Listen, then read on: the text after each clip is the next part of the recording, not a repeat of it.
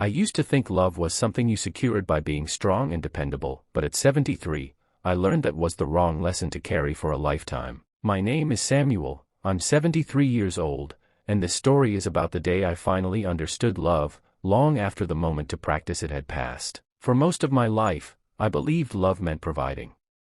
I worked long hours, came home tired, paid the bills on time, fixed what was broken, and kept my worries to myself so no one else would have to carry them. I thought that was what made a good husband, a good father, a good man. I rarely raised my voice, but I also rarely opened my heart. I assumed the people who loved me could simply see it in what I did.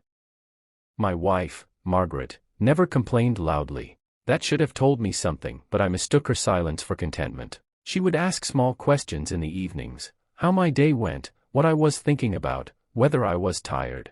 I answered politely and briefly, then turned back to the newspaper or the television, believing presence was enough. I didn't understand that she wasn't asking for information. She was asking to be let inside.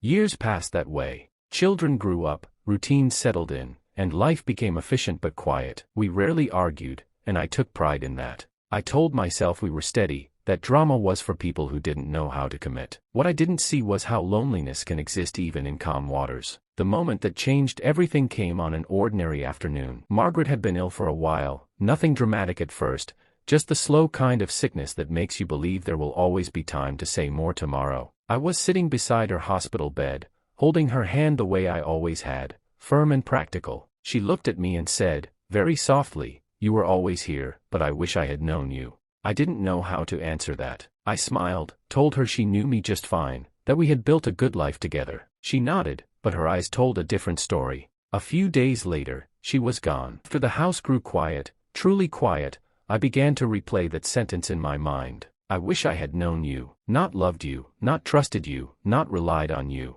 known you. That word stayed with me because I realized how rarely I had let anyone see my fears, my doubts, the softer thoughts I kept hidden because I believed they were burdens. I had spent decades thinking love was proven through endurance. What I learned too late was that love is also an invitation. It is letting someone hear the thoughts you think don't matter, admitting when you are scared, and saying the things that feel unnecessary because you assume time will take care of them. At 73, the hardest truth about love revealed itself clearly. Love does not wait patiently for the right moment. It only lives in the moments you are willing to step forward and speak honestly. I had confused silence with strength and privacy with protection, and by the time I understood the difference, the person I needed to show it to most was no longer there. I share this with you not as advice, but as a quiet warning from a man who learns slowly. If there is someone in your life who sits across from you and asks simple questions, answer them fully. If someone reaches for you with words, meet them there. Being present is not the same as being open, and love cannot survive on assumptions.